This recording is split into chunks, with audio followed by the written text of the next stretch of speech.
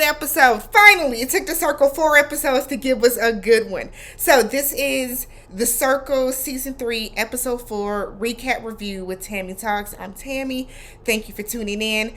Subscribe to the channel, thumbs up the videos, check out some of my other videos, leave a comment, all that good stuff. Now that that is out the way, let's get right into it. So the episode starts off with the players all being able to, they're gonna play like an anonymous rating game. So you get to pick who you want to rate, leave like, and then not only do you rate them like out of 5 stars, but you also can type up like a message to kind of back up why you rated them that way. Of course, no one gives anybody else a good rating because strategy wise, that just kind of bumps that person to the top in their eyes. I personally would have given someone a super good rating to put a target on that person's back.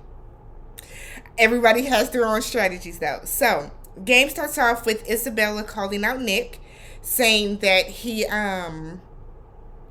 comes across as like fake because he's using his dog as his wingman and all this other stuff. It was kind of weird because usually the newbies that come in together like link up and stay together. So I thought that was a really interesting strategy. So then Kay called out Daniel. Like when I mean called out Daniel, Kay called him out. And I feel like everything that she said was true. He is playing it very safe and kind of flying under the radar. And for those of us that have watched the show before, we know that you need to come in and make a splash, right? So you need to come in and have personality and engage in talking with other people. We haven't seen Daniel do that. Unless I'm missing something, but I haven't seen Daniel like really initiate conversations with too many people. It's almost like people are always initiating conversations with him. So I completely understand what Kay is doing with that. Was it too harsh? Maybe, but I was all for it. And y'all know, if you've been watching my recaps, Daniel annoys me. So he is like taken aback and he's so hurt. His feelings are hurt. Look like he's getting ready to cry. And here's my theory with that. You won't feel that way. I feel like he wouldn't have such an adverse reaction to it if it wasn't true to some degree. Now, I don't think the way that Daniel is playing the game is necessarily wrong, but you have to make a connection with people. And I know it's editing. You know, we know that they're doing so much more in the course of a day than just the 30 minutes that we see, or what's the show, like the hour that we see. But I feel like there are certain people that we just don't see making connections with others. We don't see them like starting private chats or starting group chats. So, I mean, Daniel, damn, Daniel, remember that? Ashley went at Calvin, which I thought was weird. I don't like Ashley Matthew, the catfish. Not a fan. I feel like he's also playing Ashley as somebody that's just trying to blend in. We're not seeing a whole lot of personality come out with her in the chats, which is again what you need to like form alliances and get people to want to like group up with you, want to link up with you. So she said that Calvin seems like a smooth talker, but a lot of it seemed kind of fake. And I was like, that really didn't make sense. You mad because he's charismatic? Find something else. Jackson goes at Calvin as well. There was somebody else. Somebody else went at somebody in the midst. But Jackson went at Calvin and gave him a 2.5, Jackson Rachel. And she said because he has too many different occupations and career paths listed in his bio. That was one of the dumbest reasons I've ever heard. So he's a private chef and he's a firefighter in training. Used to be a retired soccer player.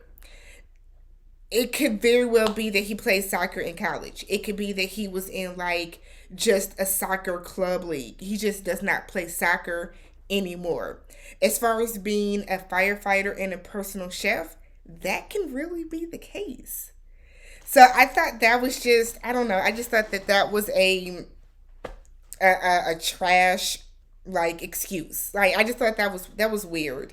And then finally Nick went at Kay saying that he thought that Kay was a fake friend because she's befriending too many people. What are y'all doing?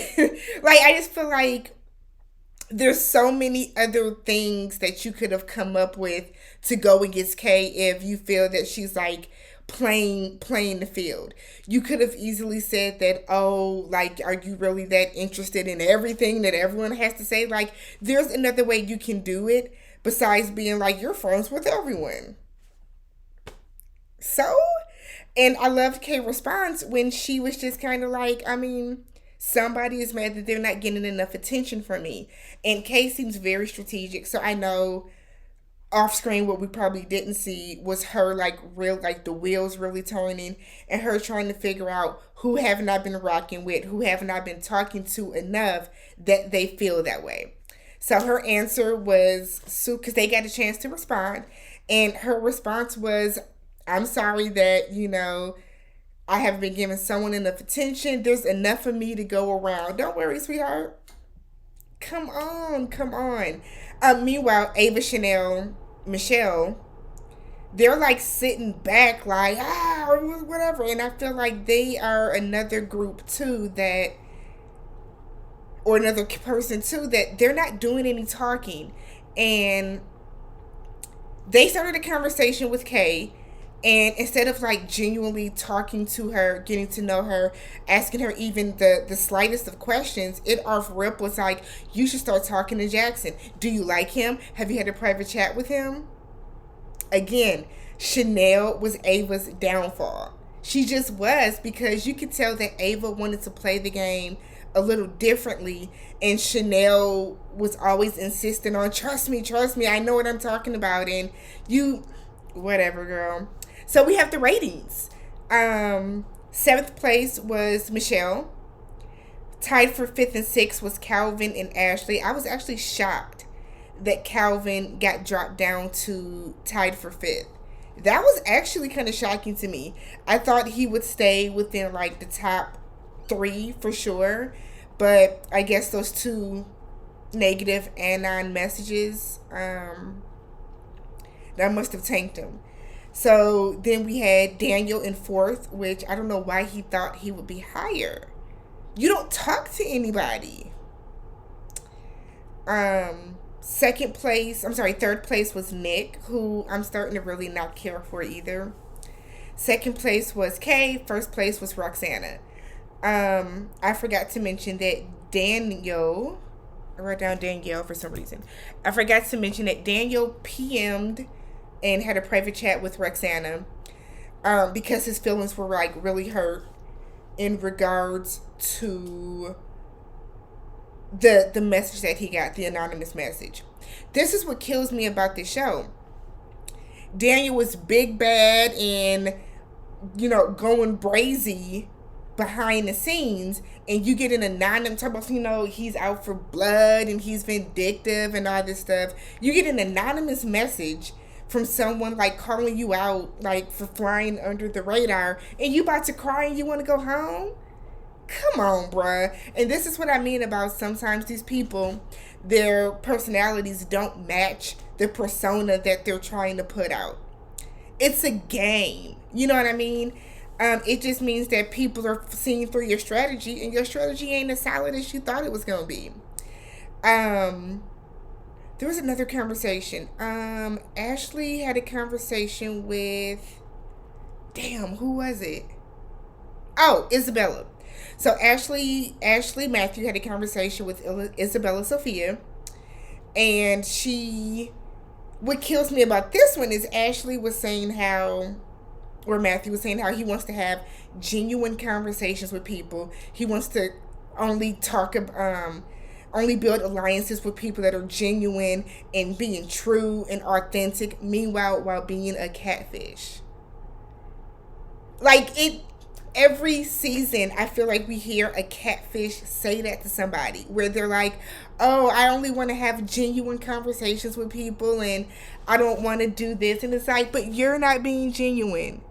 You are not being genuine. So how can you get mad if you feel that someone else is not? You a whole catfish out here. Oh man.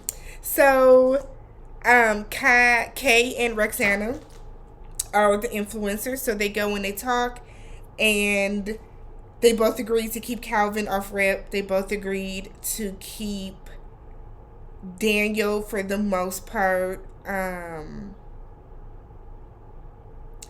And I feel like, and I think they both agreed to keep Nick. So it really came down to them kind of debating between Michelle and Ashley.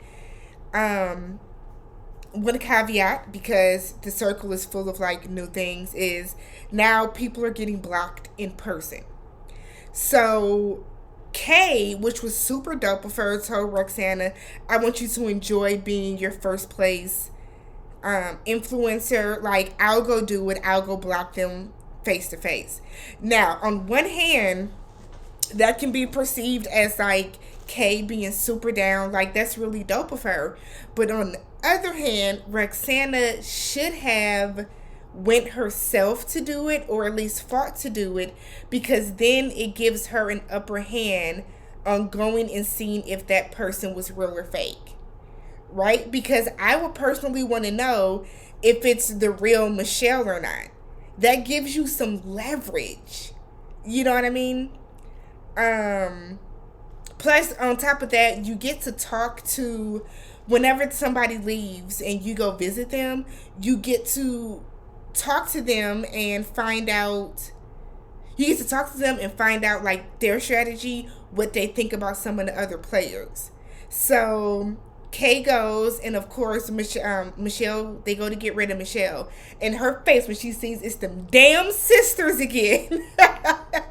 Because when I tell you how pissed I would be if I was Kay, because I got rid of y'all already. I already got rid of y'all. So for me to have to come and block y'all again, on top of the fact that one, so first, it's I'm blocking you again. So like, why are y'all back? And then two, now y'all are realizing that y'all got rid of the wrong Michelle. Now we get into the good stuff, circle. I will catch y'all next week for episodes. I'm assuming 5 through 8. Check y'all later.